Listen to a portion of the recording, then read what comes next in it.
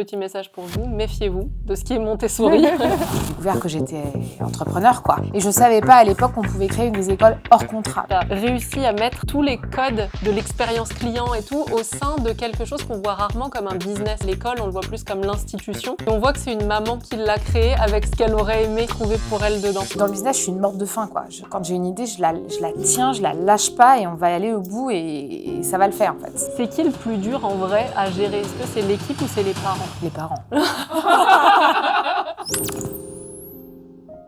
Salut, c'est Oriane, bienvenue sur Tip Talk. Oriane, je suis très contente qu'on fasse cet épisode ensemble. Déjà parce qu'on va passer un super moment et aussi parce qu'on se connaît dans un contexte qui a rien à voir avec celui-là, qui a même rien à voir avec l'entrepreneuriat en fait, puisque mes enfants sont allés dans ton école. Ouais. Et c'est grâce à ça que j'ai appris à découvrir ta vision de l'école et tout ce que tu as envie de faire et tout ce que tu fais déjà et qui est incroyable. Donc j'ai eu très envie, quand j'ai réfléchi aux invités que j'avais envie d'interviewer, de t'avoir et d'écouter ton expérience, de savoir qu'est-ce qui t'a amené là. Je crois qu'avant ça, il y a eu une expérience avec la restauration. Ouais. Donc on est dans le thème. Donc je suis trop curieuse en fait de savoir ton parcours et comment t'as fait en fait pour faire tout ça. Donc on va avoir des questions que je vais te poser parce que je suis curieuse et j'ai envie de savoir des choses, et aussi notre petit jeu de cartes habituel. Donc on va tirer 4 cartes, il y a 4 catégories différentes, on va en prendre une de chaque et puis pendant l'atelier, on en retournera une et l'idée c'est qu'on échange en même temps qu'on fait cet atelier cuisine. Est-ce que ça va pour toi? Parfait. Génial. Donc pour nous guider, on a Maëlys. Est-ce que tu veux bien venir vers nous? Bonjour, donc je suis ravie d'être ici. Ouais, on est vraiment contente que tu sois avec nous, on a hâte, ça sent bon en tout cas déjà. Est-ce que tu veux bien nous expliquer rapidement ce que tu fais, qui tu es et ce que tu vas nous proposer aujourd'hui? Alors je m'appelle Maëlys, je suis chef à domicile depuis un peu plus de 5 ans maintenant. En Île-de-France et donc j'ai l'habitude de me balader un petit peu partout dans l'Île-de-France, chez les gens, dans les entreprises, pour faire de la cuisine. Et je fais aussi très souvent des ateliers de cuisine, donc comme aujourd'hui. Génial. Et là, qu'est-ce qu'on va préparer donc? Donc aujourd'hui, vous allez préparer des maquis végétariens avec plein de petits légumes. On va faire des sushis aussi, enfin je vais vous montrer un petit peu et puis au travail. Oh, bien. Et évidemment, à la fin, on pourra déguster. Bien sûr. Ça, c'est le plus important. Et génial. On a des petits tabliers, je crois, pour oui, absolument. Équiper. Peut-être tant qu'on a les mains propres, on va se piocher les cartes d'avance. Ça évitera après les questions. Donc, on a 4 catégories dans ces cartes. On a des questions développement personnel, d'autres sur les finances, d'autres sur la vie privée et enfin, les questions business. Je t'invite à en prendre une de chaque catégorie qu'on va laisser retourner et puis on ira se servir au fur et à mesure de l'épisode. Hop. Allez, les jeux sont faits. Mais d'abord, j'ai des questions que j'ai envie de te poser. Du coup, je sais globalement, enfin je sais, non, je crois savoir et je sais même pas comment, que tu as eu, avant de te lancer dans les écoles, une expérience dans la restauration. Ouais. Comment on fait pour passer de ça à je crée des écoles? En fait, on trouve surtout le vrai métier qu'on a envie de faire. Donc, moi, j'avais effectivement des restos. Je suis d'une famille d'hôteliers restaurateurs. Et quand je suis sortie diplômée de l'ESSEC, j'ai d'abord eu un job dans une boîte de digital. Et au bout d'1 an, j'ai compris que ça allait pas le faire, qu'il fallait que je sois... j'ai découvert que j'étais entrepreneur, quoi. Ah ouais? Donc à ce moment-là, j'ai mon père qui avait essayé de monter une chaîne de restauration avec mon oncle, qui lui qui est restaurateur de métier. Il a fait plutôt de la grande restauration. Il était maître social à Tour d'Argent. Okay. Il a fait des concours, etc. Et ils ont créé en fait un concept de restauration rapide. Et quand moi je suis arrivée, le truc était vraiment à ses débuts. Il y avait 2 restaurants et ils avaient une volonté de franchise. Et à ce moment-là, j'ai repris le projet et je suis passée de 2 restaurants à un réseau de 35 avec 13 restaurants en propre et le reste en franchise. Ok. Pour ça, on a fait 2 levées de fonds. Ouais. Donc voilà. Donc ça, c'était ma première vie. C'est la vie où j'ai tout appris, c'est la vie où j'ai fait toutes les conneries possibles et imaginables en tant qu'entrepreneur. Exactement. Et suite à ça, j'ai eu mes enfants. Et quand j'ai eu Raphaël, j'ai voulu comprendre un peu le fonctionnement de l'enfant. Il me fallait une notice, quoi. On nous avait fourni le Comment bébé, ça on nous a marche pas fourni la notice. Et donc, j'ai lu pas mal de livres sur les neurosciences chez Ouais. l'enfant. Et en fait, quand tu fais neurosciences, tu bascules chez Montessori mécaniquement. Et je dois dire qu'à ce moment-là, j'ai dit, bon, ok, je sais ce que je veux faire. Et en même temps, c'est quelque chose qui m'habitait depuis toujours. J'ai toujours eu une relation particulière avec les enfants. J'ai toujours Ok. aimé les enfants. Et je savais pas à l'époque qu'on pouvait créer des écoles hors contrat, donc privées, mais où tu faisais en gros ce que tu voulais dedans, Ouais. quoi. Pas une école privée du diocèse ou. Et donc, c'est comme ça que j'ai décidé de passer de la restauration à l'école, de la nourriture physique à la nourriture Ouais. Ah ouais. psychique. Ah ouais, c'est une belle transition. Mais en fait, ouais, je comprends que derrière tout ça, c'est surtout le mood entrepreneur qui était très fort chez toi. Ouais. Et parce qu'en fait, c'est même ce que tu as apporté dans les restos, c'est comment on peut venir créer un modèle, vraiment l'aspect business sur quelque chose qui est... Ouais, moi je suis vraiment une nana de terrain en fait. Je suis une nana opérationnelle et en même temps avec une vraie vision stratégique. Donc je dois passer de l'un à l'autre et pour ça le profil entrepreneurial est vraiment. Enfin voilà, c'est vraiment moi quoi. J'ai ce besoin à la fois d'être très proche des équipes du terrain, de la vraie vie et en même temps des projets de dev, de la construction. Ouais. Donc voilà. Ouais, l'équilibre entre la vision et l'exécution au quotidien. Ouais. Génial. J'adore et ça m'inspire tellement parce que tu fais tellement de choses au sein même de ce projet aujourd'hui. Il y avait 2 sites différents à l'époque Ouais. où mes enfants y étaient. Je crois qu'il y en a eu un autre. Il y en a 3, ouais, maintenant. Voilà, il y en a un 3e. Je sais aussi que sur ton site, il y a toute une part où on peut acheter du mobilier. J'ai même vu une collab avec La Redoute. Enfin, c'est incroyable. Et là, j'ai reçu ton mail il n'y a pas longtemps sur la partie recherche et développement.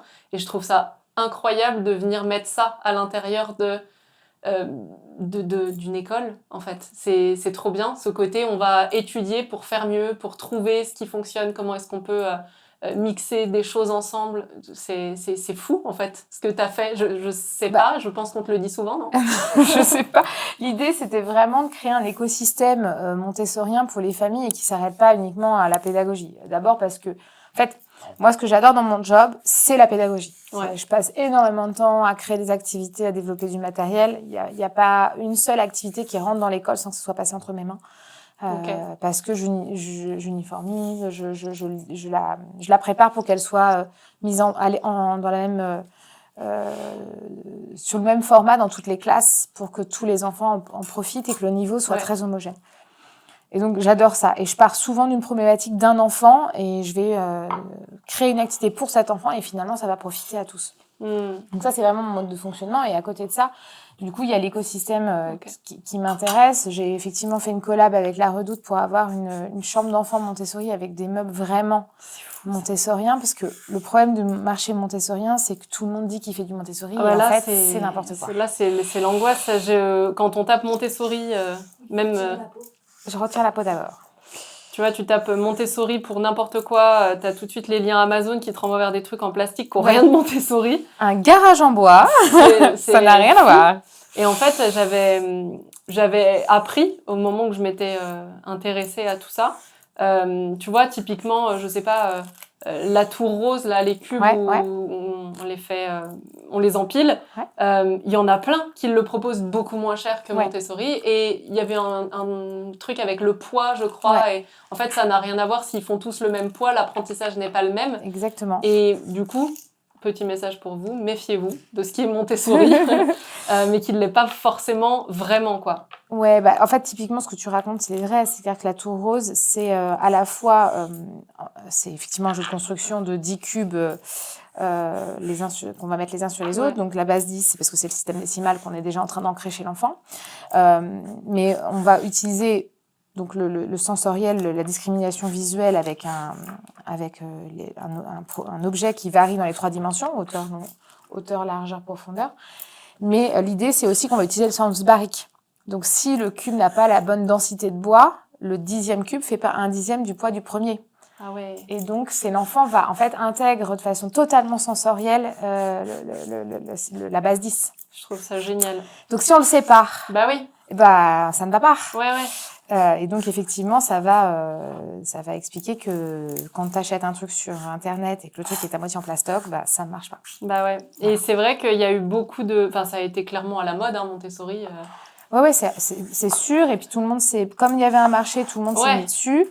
Donc, nous, aujourd'hui, parce qu'il y avait ça, j'ai donc fait la collab avec la Redoute de meubles, mais j'ai aussi créé un site de vente de matériel, puisque j'ai l'agrément pour vendre le matériel Montessori, AMI, donc Association Montessori certifié exactement. Ce qui fait que, au moins, les parents, quand ils viennent sur notre site, ils savent que ce qu'ils achètent, c'est vraiment du Montessori. Ouais, même sans connaître en particulier, on peut faire confiance parce que on sait que il y a le gage de qualité qui est validé, quoi. Exactement. Et dans tous ces projets là, du coup, quand tu te lances dans la partie restauration et après quand tu te dis en fait, maintenant j'ai eu le déclic avec mes enfants et j'ai envie de créer des écoles. La place de la peur dans tout ça, elle existe ou pas? Est-ce que tu as peur de quelque chose ou est-ce que tu le ressens pas forcément? J'ai pas peur dans le business. Ah ouais? Non. Je suis un peu folle. Bah, ça te réussit en tout cas. Ouais, je suis un peu folle. Non, en fait, j'ai le sentiment d'être une... Enfin, dans le business, je suis une morte de faim, quoi. Quand j'ai une idée, je la tiens, je la lâche pas et on va y aller au bout et ça va le faire, en fait. On accélère, Maï dit on lève les bras, on accélère, ça va passer. C'est un peu ça. C'est les pingouins de Madagascar, quoi. Il faut qu'on y arrive. Donc ça, j'ai le sentiment que tant que c'est moi qui contrôle, ça va le faire. Ok. D'où le pendant de la peur, c'est quand je contrôle plus. Ouais, mais c'est intéressant que tu... En rondelle, tranche fine aussi. Je pense que je suis arrivée au bout de ce que je peux lui faire. Tu peux t'arrêter là. Je peux prendre le torchon qui est là? Bien sûr. Super. Merci. Oui, tu parles là du contrôle, c'est intéressant, je trouve que tu mettes ce mot dessus. Est-ce que tu as le sentiment que c'est quelque chose qui te bloque ou qui te freine parfois? Tu vois, tu disais notamment dans l'école, il n'y a rien qui peut passer, qui n'est pas d'abord passé entre tes mains. Ouais. Est-ce que c'est un truc qui t'a bloqué à un moment donné pour déléguer? Parce que toi, tu es obligé de déléguer, forcément, tu peux pas être partout en même temps. Est-ce que c'est quelque chose qui est parfois un frein, soit qu'il l'a été, soit qu'il l'est encore aujourd'hui? Ça l'est encore aujourd'hui. Il y a des choses où j'ai du mal à déléguer. En même temps, j'ai besoin de savoir que je sais faire le métier de mes équipes pour pouvoir lâcher. Ouais.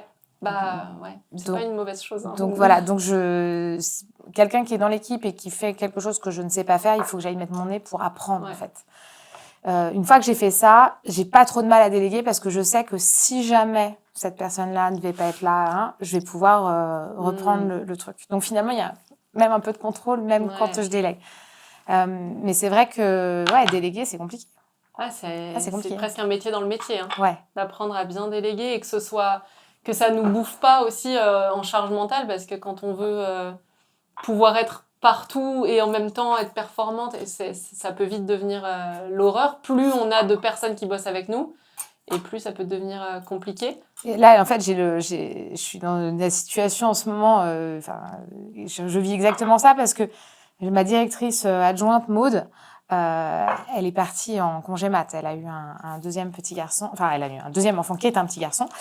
Et elle est partie de juillet. Elle est rentrée mi-janvier. Ok. Donc, j'ai fait toute une rentrée toute seule, lancement de l'année. Et donc, évidemment, j'ai tout pris dans le sac à dos. Ouais. Et maintenant qu'elle revient relâcher, c'est-à-dire tout le travail d'apprentissage de déléguer, faut que je recommence, quoi. Il faut repartir. Et ça, c'est pas facile.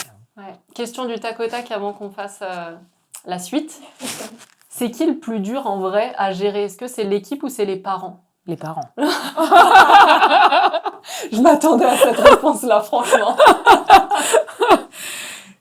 Mais c'est normal, ils nous confient toute la journée ce qui est le plus précieux dans leur vie. Donc, et puis, les parents, ils viennent avec toutes leurs anxiétés d'enfance.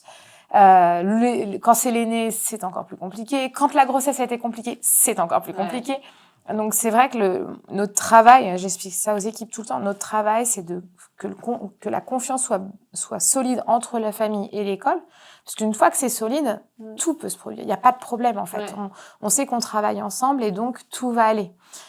Mais c'est sûr que les premières semaines d'une famille qui arrive dans l'école, ce sont des moments très importants parce qu'il faut qu'on montre que, allez, vous êtes au bon endroit, tout va bien se passer, vous êtes entre de bonnes mains. Et voilà. Ouais, dans ton métier, il y a un vrai enjeu. Enfin, je veux dire, on confie des enfants. Ouais.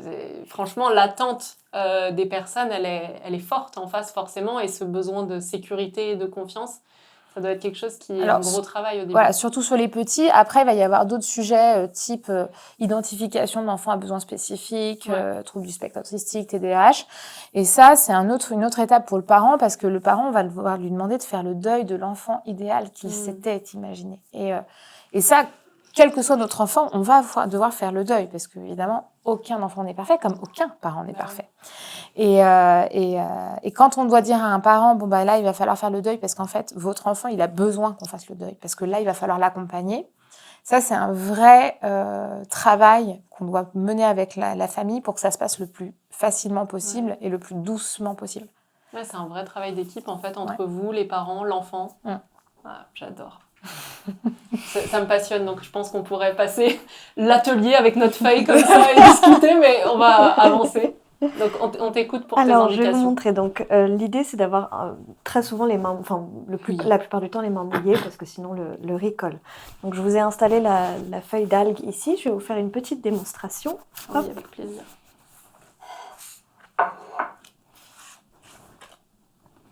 Donc, l'idée, c'est de mettre une couche de riz assez fine, parce que comme on va rouler le maquis sur lui-même, ça va finir par faire quelque chose d'un peu trop épais sinon. D'aplatir un petit peu sur toute l'algue, mais de laisser quand même une petite partie pour coller une fois qu'on aura roulé à la fin. Okay. Voilà. Donc n'hésitez pas à aplatir un petit peu le riz pour qu'il colle bien, et à remettre un petit peu d'eau sur le bout de vos doigts. Voilà. Et ensuite, vous allez les garnir avec ce que vous voulez, donc c'est-à-dire tous les légumes que vous avez découpés. Je vous conseille de ne pas mettre plus de 2, voire 3 légumes, allez, si vous êtes très gourmande, parce qu'après ça va être vraiment trop gros et trop compliqué à rouler. Voilà. Et donc moi je vais prendre des carottes ici, hop. Donc je le mets sur toute la longueur, sur une partie, parce qu'encore une fois, on va le rouler. Okay. Et ensuite, tous les assaisonnements, on les mettra à la fin, une fois qu'on aura découpé les maquis. Donc là, je mouille un petit peu pour que ça colle à la fin. Et ensuite, je vais venir délicatement rouler, parce que il faut rester délicat, parce que la feuille, sinon, elle risque de se déchirer un petit peu. Et ensuite, je vais essayer de bien sceller, de le serrer le plus possible. Et je vais continuer de rouler jusqu'au bout. Je vais remouiller un petit peu pour que ça colle bien. Hop. Et voilà. Et là, j'ai mon rouleau de maquis qu'on découpera à la fin. Ok. Voilà. Trop bien. Donc, je vous en prie, à votre tour. Eh bien, allons-y. Attends, je vais mettre ça de l'eau et du au riz. milieu. Voilà. Hop. Je prends la première de mon côté, qui est une question développement personnel. Comment est-ce que tu prends soin de ta santé mentale ? Déjà, est-ce que tu prends soin de ta santé mentale ? Malgré moi, je crois. Ouais, moi je fais pas mal. En fait, ma problématique, c'est plutôt que je ne sais pas m'arrêter. Ah, voilà. Donc, il faut quand même que je trouve quelque chose à faire pour moi. Oui. Donc, en fait, je fais plein de choses. Je peins. Je fais de la peinture. Okay. Donc ça, c'est obligatoire le jeudi soir. Faut pas m'appeler. Ah ouais, c'est ton moment. Ah okay. Ouais. Jeudi soir, c'est atelier peinture. Donc voilà. Je fais... qu'est-ce que je fais d'autre ? J'écris. Ouais. J'ai écrit un livre pour enfants que je suis en train de terminer. Okay. Voilà, un roman. Elle a 24 heures aussi dans une journée. Mais qu'est-ce que je fais d'autre ? Donc, j'ai fait de la peinture acrylique, de l'aquarelle. Je fais un peu de sport. Ouais. Ça, c'est pas... J'y vais un peu malgré moi, mais il faut quand même le faire. Et ça, du coup, j'ai un mari qui fait beaucoup de sport, qui a fait l'Ironman, donc qui est un grand triathlète. Et donc, j'ai fait un petit triathlon, un AS. Et l'objectif cette année, c'est de recommencer. Donc, je ne sais pas si je vais y arriver, mais Mais l'objectif est posé, en tout En cas. tout cas, l'objectif est posé, exactement. Juste un petit peu. Ok. Alors moi, je dois dire, là, c'est une première, C'est pareil, parce que j'ai jamais un fait petit ça. peu. J'ai jamais fait ça, et même, j'ai jamais cru aimer les sushis, les makis et tout ça, Ah bon jusqu'à il y a genre 3 ans. Je pensais que j'aimais pas ça. Et t'as jamais goûté? Non. Mais c'est comme les enfants, C'est ça c'est sûr, obligé, pas on doit goûter. Et bah écoute, tu vois, quand j'étais petite, on n'a jamais mangé ça. Et puis ma mère, je l'ai toujours entendu dire qu'elle aimait pas la nourriture asiatique. Et je sais pas, moi j'avais créé le truc de bah moi non plus. D'accord. Et en fait, un jour j'ai goûté, je me suis dit mais c'est vachement bon ce truc. Donc je suis contente là de faire cet atelier. Bref, je referme la parenthèse. Ouais, donc t'arrives quand même à te prendre des moments, même s'il y a un objectif derrière en fait. C'est que Ouais, glander sur le canapé, je sais pas ouais, faire. c'est ça. Mais j'arrive à faire des choses pour moi. Et si obligatoire, une sortie par semaine avec mon mari. Juste tous les En deux. tête à tête. Ouais, ça c'est obligatoire. Ça fait partie, tu crois, des secrets qui font qu'un couple va bien et dure? Je sais pas. En tout cas, je pense que ça fait partie de notre équilibre. Parce Ouais. que lui, il bosse beaucoup. Moi, j'ai la chance de profiter de mes enfants parce qu'ils sont dans mon école. Parce que sinon, je les verrais pas beaucoup. Donc, Ah ouais. ça, c'est... En fait, mon école, elle me permet d'avoir un équilibre entre la vie perso, la vie pro, etc. Donc, il a fallu que je mette un petit trou là-dedans pour mon couple. Mais voilà. L'idée, c'est vraiment de s'organiser pour avoir des moments pour soi, à deux et en famille. Mais d'ailleurs, attends, juste, on peut... Vous Là, êtes c'est bien prête, le riz. faites-vous plaisir Ok. maintenant avec bien. ce que vous voulez. D'ailleurs, tu dis, tu peux profiter de tes enfants parce qu'ils sont dans ton école. Ouais. C'est pas trop dur, ça? Et pour toi et pour eux, de... Ah, alors, Tu vois pour Raphaël, ça n'a pas été facile. Pour Ouais. mon fils, ouais. Je pense que je ne lui ai pas rendu un grand service. Là. C'était... Ouais, parce que c'est dur, je trouve, de se dire, là, c'est maman, et là, c'est maman aussi, mais dans voilà. un autre contexte. Non, mais en fait, Raphaël, il a eu des angoisses de séparation, donc ça n'a pas été simple. Ok. Je pense qu'en fait, c'est des angoisses projetées que moi j'avais, hein, parce Ouais, que comme voilà, souvent. le premier, on n'a pas envie de le laisser, Ouais. quoi. Moi, j'avais tellement peur de laisser mes enfants que j'ai fait une école, donc... Pour ne pas avoir à les laisser. Mais aujourd'hui, on a trouvé l'équilibre. Raphaël, ça va mieux. Et bon, Lilo, elle roule. Ma fille, il n'y a pas de... Voilà, Elle vit sa vie. elle vit sa vie. Le deuxième, il vit sa vie. Après, ce qui est cool aussi, c'est que j'ai créé une école par rapport à ce que moi, j'attendais d'une école. Donc, Ouais. avec les activités extrascolaires le soir, le côté un peu fun. Ouais. Et en même temps, évidemment, ça ne doit pas être au détriment de la pédagogie, parce que les enfants doivent être performants. Mais dans un environnement hyper bienveillant où on se sent comme à la maison, quoi. Nickel. Ça va pas, ce que je fais? C'est parfait. Ah, bah voilà. Moi, je l'ai craqué. Hein. Laurie, tu craques un peu, mais c'est pas très grave. Attends, ça se verra pas. À la fin, ça va pas se voir. Ouais, mais et franchement, pari réussi parce que pour l'avoir testé, cette école et ce format, c'est un truc que j'ai jamais retrouvé nulle part ailleurs. Hein. Non, c'est trop gentil. Non, c'est vrai, franchement. Alors, soit on continue à faire des maquis, c'est-à-dire avec l'algue à l'extérieur, soit on peut faire un California, et donc c'est cuit à avec le l'extérieur. riz à l'extérieur. Plus challengeant, ça. Allez, on fait ça. Merci. Donc, même principe, sauf qu'on va rouler à l'envers, c'est ça? Exactement. Donc là, vous allez mettre la petite couche de riz un peu plus fine, là, si c'est possible. Et ensuite, on va retourner la feuille. Et là, après, on va la garnir et la rouler. Donc, le riz sera à l'extérieur. Donc, il faut mouiller pas mal. Ah, mais il va bien coller quand même quand on va retourner. Oui, Ok. normalement, oui. Travail. Ok. Ok. Eh ben, allons-y, on va tenter. Et oui, non, je disais, j'ai pas retrouvé ça ailleurs, tu vois, En fait, je trouve que tu as pensé à tous les détails et on voit que c'est une maman qui l'a créé avec ce qu'elle aurait aimé trouver pour elle dedans, je trouve. Tu vois, un truc sûrement classique pour toi, mais que j'ai pas retrouvé ailleurs, c'était sur l'appli, on a des petites photos de nos enfants. Genre, salut, tout se passe bien pour lui, il est en train de s'éclater. C'est incroyable de recevoir ça. Et vraiment, c'est les détails qui font toute la différence. Et je trouve que tu as réussi à mettre tous les codes de l'expérience client et tout au sein de quelque chose qu'on voit rarement comme un business. On le voit plus, tu vois, l'école, on le voit plus comme l'institution. Alors que forcément, c'est une école hors contrat. Donc, il y a des salariés, il y a des charges, il y a des choses à faire tourner. Et tu as vraiment réussi à venir mettre tout le côté... positif du marketing, du business, du branding, de tout ça. C'est sûr que c'est un métier... Enfin, moi, je suis dans un univers où le mot business, c'est un gros mot. Hein. Donc, quand Ouais. tu arrives et que tu as un profil, pas d'éducateur, Bah ouais. mais d'entrepreneur, déjà, on te regarde un peu de travers. Genre, ici, on n'est pas là pour faire de l'argent. Bah ouais, Alors, c'est oui, un je te gros mot, confirme. quoi. C'est un gros mot. C'est sûr que le format... Encore plus. Le format... Enfin, le côté business, évidemment, il faut faire tourner la boîte, parce qu'il faut se développer, il faut grossir, il y a des salaires à payer, etc. Puis il faut faire perdurer les choses. Mais c'est clair que si j'avais voulu être riche, j'aurais pas fait ce métier. Bah ouais. J'aurais pu gagner ma vie autrement. Mais c'est un métier de passion. Je passe énormément de temps à faire ça et à travailler pour l'école, mais aussi sur tous les projets annexes. Oui. Il y en a, hein. Voilà, voit, que ce soit la vente de matériel, la collection de meubles. Là, je me suis formée à la méthode Montessori pour les personnes âgées atteintes de démence. Donc, je suis des personnes âgées dans les EHPAD qui ont Alzheimer.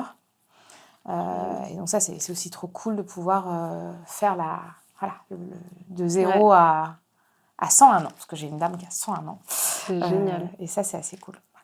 Trop bien. Et concrètement, c'est quoi les étapes quand on crée une école? Parce qu'il y a l'idée, et puis après, il y a la réalité, et puis j'imagine que réglementation, contrôle, tout ça, ça doit être quand même un univers. Quand on n'est pas de ce milieu-là, c'est un peu où il y a beaucoup d'inconnus, en fait. Ouais, mais c'est là où j'ai eu un grain, je pense que je me suis pas du tout rendu compte. C'est clair. Pourquoi je me lançais. Je pense que si j'avais su, peut-être que j'y serais pas allée. Ah oui, il faut tourner d'abord. Ouais, exactement.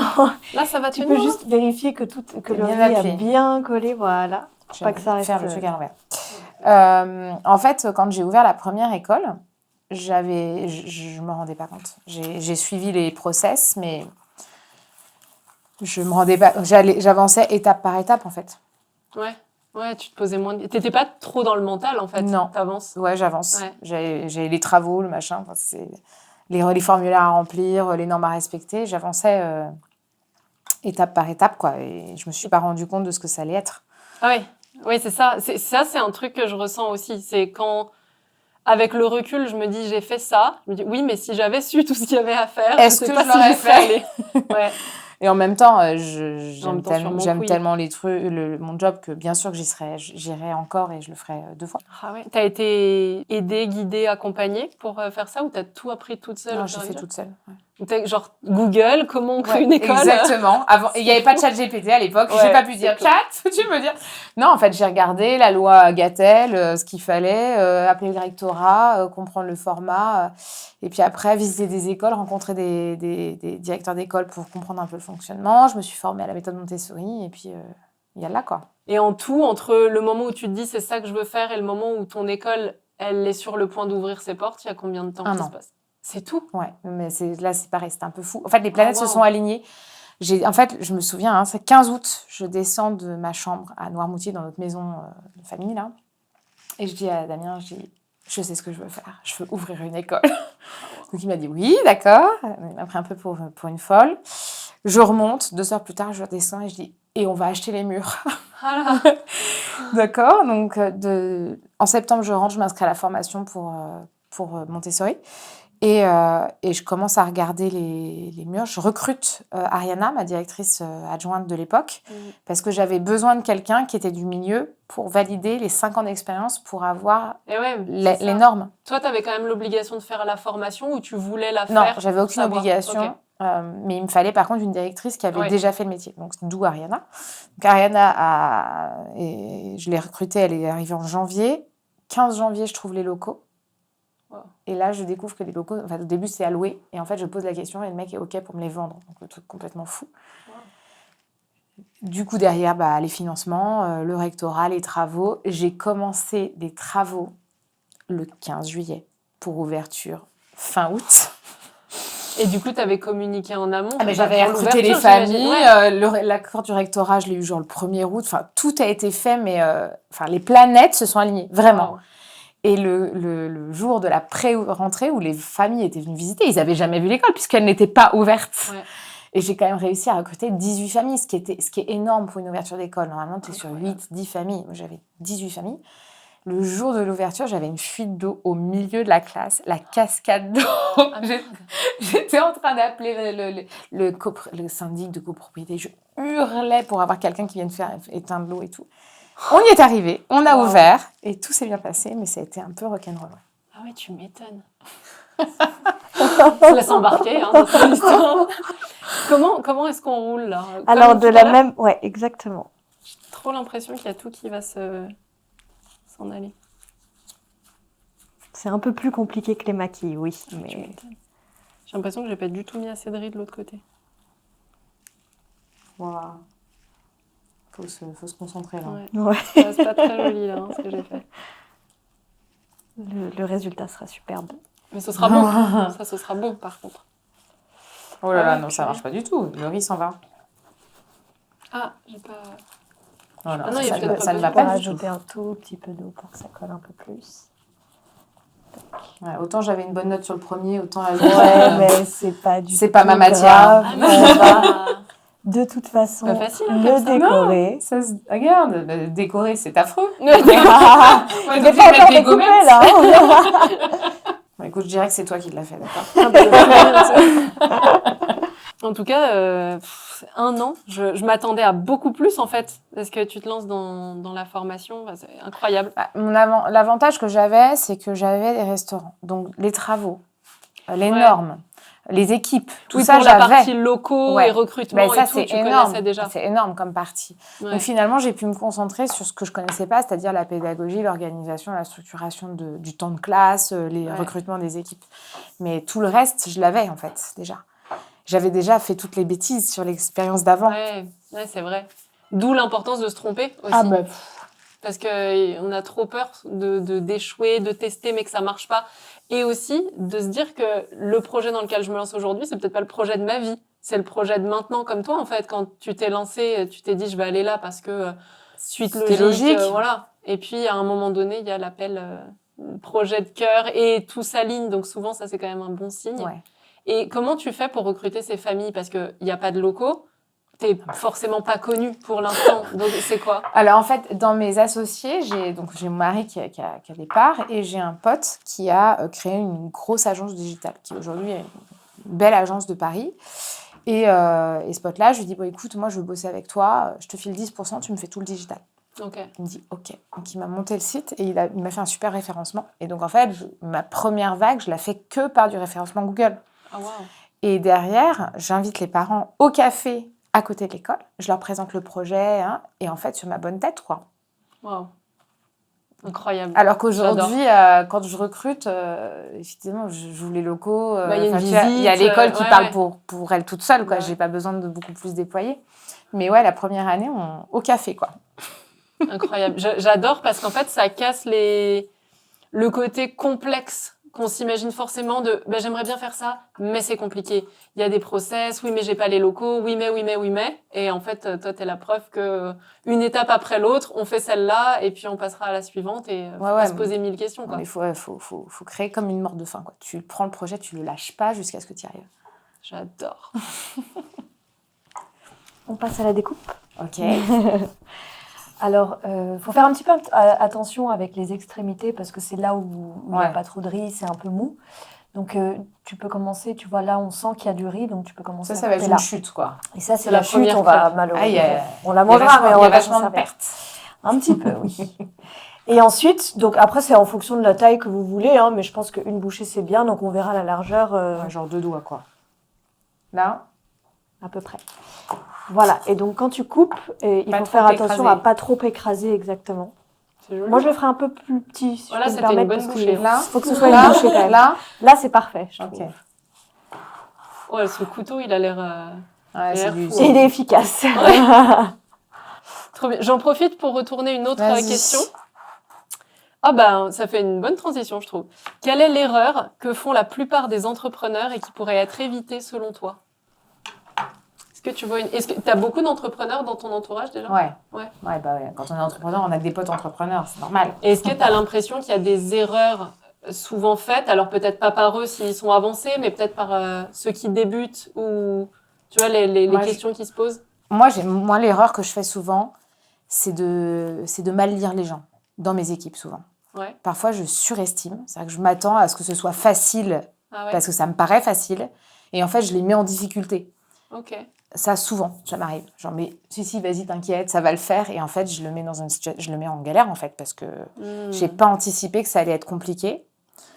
Ça, c'est parfois, ouais. C'est pas savoir, du coup, bien voir sur qui je peux vraiment m'appuyer, qui je vais mettre en difficulté, qui je vais pas mettre en difficulté. Il y a un côté bulldozer aussi. Allez, viens, on y va. Et en fait, j'ai du mal à projeter que le changement peut être aussi angoissant pour certaines personnes. Moi, je suis hyper à l'aise avec ça. Donc, c'est sûr que voilà, je me dis, bon, allez, là, attends, il faut que tu prennes du recul. Il faut juste que tu te mettes dans les baskets de la personne qui va avoir besoin émotionnellement d'être accompagnée dans ce truc-là parce qu'en fait, c'est flippant. Ouais. Donc, ça, moi, c'est un peu mon défaut à moi. En plus de pas trop déléguer. Mais c'est du coup très ça va un peu ensemble, hein. voilà. Je dirais qu'il y a un autre défaut, et ça c'est hyper important, mais ça c'est Marie me le dit tout le temps, et du coup j'essaye de l'intégrer, c'est te concentrer sur la création de valeur. Ton temps doit être affecté à la création de valeur. Tout ce qui n'est pas de la création de valeur, tu dois le balayer, quoi. Soit ça te fait plaisir, et ça c'est cool, il faut le garder, soit tout le reste, il faut le balayer. C'est pas de création de valeur, ton temps est trop précieux. D'où la délégation. D'où la délégation. Donc tout est lié en fait. Et ton mari, du coup, t'as dit qu'il a des parts dans la société, mais est-ce qu'il est entrepreneur en parallèle ou pas? Non, il est conseil, Marie. Okay. Il a eu un gros poste, il a été DG d'une grosse boîte dans la com, leader d'achat d'espace publicitaire au monde. Donc lui, il a la direction Europe. Et après ça, il est financier de métier. Et maintenant, il conseille des boîtes dans la com, dans le digital. Sur tout ce qui est finance, stratégie, toutes les opérations de bilan, FUSAC, etc. Donc c'est un consultant, il donne des conseils. En tout cas, là, son conseil était bon, hein, de te concentrer sur la valeur. Ça marche bien. Et donc là, soit ils sont posés comme ça, soit on les pose comme ça. Ouais. Et tu peux mettre les toppings que tu veux. D'accord. Par exemple, un petit peu de... Je vois, moi, je vais mettre un petit peu de sauce soja. Donc ça, c'est de la sauce soja salée. Ouais. Hop, sur le dessus pour que ça puisse coller un petit peu. Ensuite, moi, j'aime bien le sucré salé. Donc là, j'ai mis un petit peu de sirop d'érable. D'accord. Une petite pointe, c'est comme ça. Et ensuite, hop, un des oignons frits. Pour le croustillant. Très bien. Voilà. Et ensuite, des petites baies roses. Moi, j'aime bien. Ça relève un petit peu. Donc ici, du coup, tu peux rajouter ça. Tu peux mettre un petit peu de gingembre. Normalement, le gingembre, c'est entre 2 bouchées pour se rincer la bouche. Mais voilà. Et ça casse le goût. Le gingembre, c'est pour se rincer la bouche entre 2 sushis. D'ailleurs, c'est un peu goût de savon. Hein. Là, j'en mange jamais. Ils m'ont jamais trop inspiré, donc je les ai jamais mangés. Mais... Et donc là, voilà, c'était l'idée de cette petite tranche de betterave qu'on peut mettre sur le dessus comme ça pour faire geler. Alors là, elle est un petit peu épaisse. Pour remplacer le thon ou le saumon. Par exemple, une illusion. Et puis un petit peu de sésame noir pour faire joli. Enfin voilà, vous pouvez vous amuser, faire ce que vous voulez, rajouter une tranche de concombre. Voilà. Ok, génial. Oui, ton mari, du coup, était de bons conseils là pour ce coup. Et j'avoue que c'est hyper important, mais souvent sous-estimé ou négligé, surtout quand on démarre. On a souvent tendance, j'ai le sentiment, à se concentrer sur ce qui est pas vraiment important et ce qui crée pas vraiment de valeur. Et apprendre à passer moins de temps là-dessus, à balayer beaucoup plus vite le problème ou à le déléguer si on n'est pas forcément pertinent là-dedans. C'est un truc qui peut prendre des années, alors qu'en fait, c'est très facile et rapide à mettre en place, hein, normalement. Mais je sais pas si psychologiquement, on dirait qu'on est bloqué des fois et qu'on veut garder la main sur ces trucs-là aussi. Ouais, je pense qu'on s'accroche aussi à ce qu'on sait faire. Donc, tu vois, c'est plus facile d'attaquer par la partie qu'on maîtrise. Ouais. Et après, se lancer dans la partie plus inconnue, c'est pas forcément... faut y aller, quoi. Ouais, c'est un peu un moyen de procrastiner aussi, en se disant, non, mais regarde, j'avance, je fais des trucs, mais c'est pas ce qui apporte de la valeur, quoi. Ouais, c'est vrai. Ah, c'est bon, t'as tout décoré, toi? Non, il m'en reste une. Non. Et je vais tirer une question finance. Ouais. Quel a été, alors pro ou perso, peu importe, ton premier investissement et le dernier en date? La premier investissement. T'as le sentiment d'avoir investi. Ouais. Premier investissement, c'est l'achat de mes parts dans les restaurants. Ouais. Donc, j'avais pas de sous. Donc, j'ai pris... En fait, je suis partie de mon ancienne boîte, la seule boîte où j'ai travaillé. Ouais. Je suis partie, j'ai obtenu un départ négocié parce qu'en fait, je me suis fait agresser par mon boss. Ah, ok. Un truc fou, quoi. Le mec était venu, il s'est mis à me hurler dessus, enfin, il était un peu dingue, bref. Et moi, avec mon petit cerveau bizarre, quand il s'est mis à me hurler dessus, j'ai vu une énorme opportunité. Je me suis dit, bon, je crois que ma porte de sortie est juste en face de moi. Tiens, encore 15 secondes. Ah ouais. Et, Ouais, t'as tout de suite switché en disant c'est le moment. C'est le moment, là. Faut tenir parce que c'est là que ça va se jouer. Et donc, effectivement, Effectivement, le mec a un peu vrillé. Donc, j'ai pu partir, j'ai pu avoir un peu de sous. Et avec ces sous, j'ai acheté mes parts dans ma première aventure entrepreneuriale. Ça, c'est mon premier investissement. Ouais. Wow. Et qui a été bien rentabilisé, du coup, parce qu'après, avec cet argent, t'as vendu et t'as pu investir dans les écoles. C'était le départ. Donc, il faut le remercier.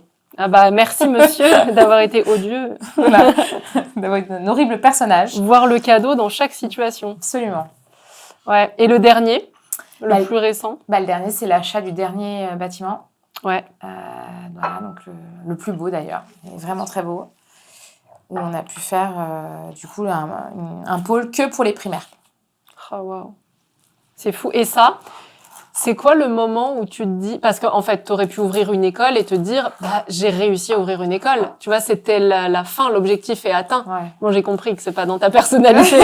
Mais à quel moment tu te dis... Parce que j'imagine que la question se pose de, est-ce qu'on reste comme ça avec l'équipe actuelle? Est-ce que financièrement, ça vaut le coup de réinvestir dans un autre local, dans les travaux, dans une nouvelle équipe, et du coup, après, d'aller chercher les parents? Est-ce qu'il y a déjà la demande, et du coup, il y a moins de risques? Enfin, comment ça se passe? Alors déjà, moi, j'ai pas la pression de faire un truc dingue. J'ai l'impression de faire un truc très normal. Donc, en fait, j'ai pas cette perception de me dire, j'ai atteint l'objectif. Ah, ouais. Tu vois, j'ai pas... En fait, pour le moment, j'y suis pas du tout à l'objectif. Alors, quel est l'objectif? J'en sais rien, mais j'y suis pas. Donc, cette question-là ne se pose pas trop. Ok. Sur le développement, en fait, c'est l'école qui grossit et donc mécaniquement, je grossis pour accompagner les familles. Donc, y a pas... Bien sûr qu'il y a un moment où tu te dis, bon, je prends le risque, je peux pas rester. Allez, on sort le BP. Donc, si je me colle 200 000 € de remboursement annuel en plus, combien de familles il me faut pour que je puisse ne pas perdre d'argent? Donc, bien sûr, tu as un moment où tu hésites et puis à un moment donné, t'as trop envie, quoi. Ouais, en fait, t'accompagnes la croissance naturelle de l'école. De l'école, ouais. Ouais, j'aime bien. Par contre, là, tu vois, je viens de prendre une décision où j'étais pas du tout obligée de la prendre, c'est que j'ai décidé d'ouvrir le collège. Ah oui? La décision est prise? Ouais. Wow. Dans 18 mois, je vais ouvrir une classe 6e, 5e, puis après 4e, 3e. Ok. Et ça, du coup, là, maintenant, les prochaines étapes, c'est quoi? Recherche de local? Non, parce qu'en fait, je vais... Enfin, oui et non. C'est-à-dire que j'ai Villa Franca, donc le premier bâtiment, je vais le transformer en collège. Ok. Et je vais déménager une de mes classes maternelles dans un local que je vais louer cette fois-ci. Ok. Wow. Voilà. Et c'est surtout maintenant faire les démarches auprès du rectorat, parce qu'on change de cycle, donc il faut faire la demande. Ouais, c'est d'autres codes, j'imagine, que ceux que tu as actuellement. Voilà. Et puis collège, c'est quand même vachement moins vu. Ouais. Tu vois, école Montessori, équivalent maternelle, primaire. Alors, maternelle, c'est très vu. Primaire, on n'est déjà pas très nombreux. Ah ouais. Collège, il n'y en a vraiment pas beaucoup. Ouais. Et ce que je veux faire, c'est pas un collège pur Montessori, puisque le collège montessorien, c'est quand même les enfants en internat à la ferme, donc c'est pas trop 2025. Ah ouais, ok. Mais c'est de faire quelque chose d'inspiration Montessori, mais renforcé avec toutes les pédagogies alternatives qu'on connaît, d'où le lab de réflexion pédagogique sur comment penser le collège de demain. Sachant que moi, j'ai passé une formation pour être animatrice d'ateliers philo pour enfants. Ok. Et ça, j'adore. Les ateliers philo, je pense que demain, avec l'intelligence artificielle, qui va révolutionner le monde. J'ai un copain qui me disait, c'est pas l'arrivée d'Internet, l'IA. C'est la passion de l'électricité, en fait. La découverte de l'électricité. En termes de bouleversement civilisationnel, la question qu'il faut qu'on se pose, c'est qu'est-ce qu'on doit apprendre à nos enfants? Parce qu'en fait, il y a depuis 15 ans, 20 ans, on a toutes les données du monde dans notre téléphone. Ouais. Donc, quel est l'intérêt d'apprendre du par cœur alors qu'on a les données accessibles? Demain, on n'en est même plus à la donnée. On est de la donnée post-mâchée, analysée. Ouais. Donc, qu'est-ce qu'on doit donner comme capacité à nos enfants? Et je pense que ce qu'on doit leur donner, c'est une capacité à penser, à réfléchir, à structurer une idée, à structurer une argumentation, à avoir un esprit clair, à avoir un esprit critique. Et ça, la philo, mais on est vraiment sur une compétence qui rejoint tout ça. Aujourd'hui, je fais des débats avec des enfants qui ont entre 6 et 11 ans, où ils vont débattre sur des questions philosophiques, mais ils sont bluffants. Je parlais de la vie de Socrate aux enfants et je leur demande à la fin de l'atelier, mais pourquoi, à votre avis, Socrate accepte de boire la ciguë et donc de mourir alors qu'il aurait pu s'évader de prison? Et j'ai un petit garçon qui lève la main, qui a 7 ans, et qui me dit, mais peut-être qu'il avait conseillé qu'il avait rempli la mission de sa vie et donc il pouvait mourir. Wow. 7 ans. C'est trop fort. Les discussions avec les enfants, moi, je suis trop fan. Hein. Et en fait, toutes ces questions existentielles, toutes les grandes questions philosophiques, les enfants, ils se les posent à cet âge-là, entre 6 et 12 ans. Et nous, parents, on a tendance à dire tu verras quand tu seras plus grand. Et donc, Quel dommage. Voilà, et on éteint ça. Donc, c'est vrai que l'atelier philo, c'est vraiment c'est mon petit plaisir, quoi. Ouais. Bah, je pense que ça fait plaisir à tous ceux qui le suivent aussi. Hein. Je vais te poser, du coup, la dernière question pendant qu'on dresse, qui est une question vie privée. Cite-moi un de tes talents bien cachés ou un talent super inutile, avec une démo, si possible. Ça, c'était suggestion d'Amy, la démo. Mais je la valide. Un talent bien caché ou super inutile? Il faut chercher, en plus, s'il est bien caché. C'est vachement dur. Moi, je sais pas si c'est bien inutile, est-ce que c'est vraiment un talent? Bah, pas faux. C'est une question philosophique. C'est ça. Ouais. Oh, j'ai envie de dire que ma mauvaise foi relève du talent parfois. Ah, tu vois qu'il y a des choses qu'on peut trouver. Faut pas le dire à mon mari parce qu'après il va utiliser ça contre moi. Mais c'est vrai que tu vois, ça y est, t'as avoué. T'as avoué ta mauvaise foi. Ouais, je suis pas de très mauvaise foi. C'est vrai. Ouais. Mais plus dans le pro, plus dans le perso qu'en business. Ouais, non, pas dans le business. Ouais, non, en dans le pro, business, c'est dur hein, d'être de mauvaise foi et d'être entrepreneur. Ouais. On est quand même un peu obligé de prendre la responsabilité. Non, ça c'est clair. Quand t'es entrepreneur, t'es responsable de tout. Donc, je pense que du coup, c'est pour ça que dans le perso, je me permets. Ouais, tu te lâches. Voilà. Bah écoute, merci pour cet aveu qui sera pas répété à ton mari, sauf s'il regarde l'épisode. Il m'en reste 3, mais j'ai l'impression qu'après on va un peu surcharger. Oui, après vous allez surcharger, mais c'est très bien. C'est mignon, hein. Bah ouais. Franchement, ce petit jardin, il est pas mal du tout. J'imagine. Eh bah bravo, vous avez terminé, c'est super. Trop bien. Merci beaucoup. Très chouette. Bah, merci à toi. Merci à toi, franchement. Il y a quand même un qui reste. Ah oui. Je l'avance. J'avoue qu'il n'a pas été découpé. Bah ça fait durable. En même temps, c'était le mien, il était très moche, donc. Je suis pas sûre que ce soit le tien, celui-là.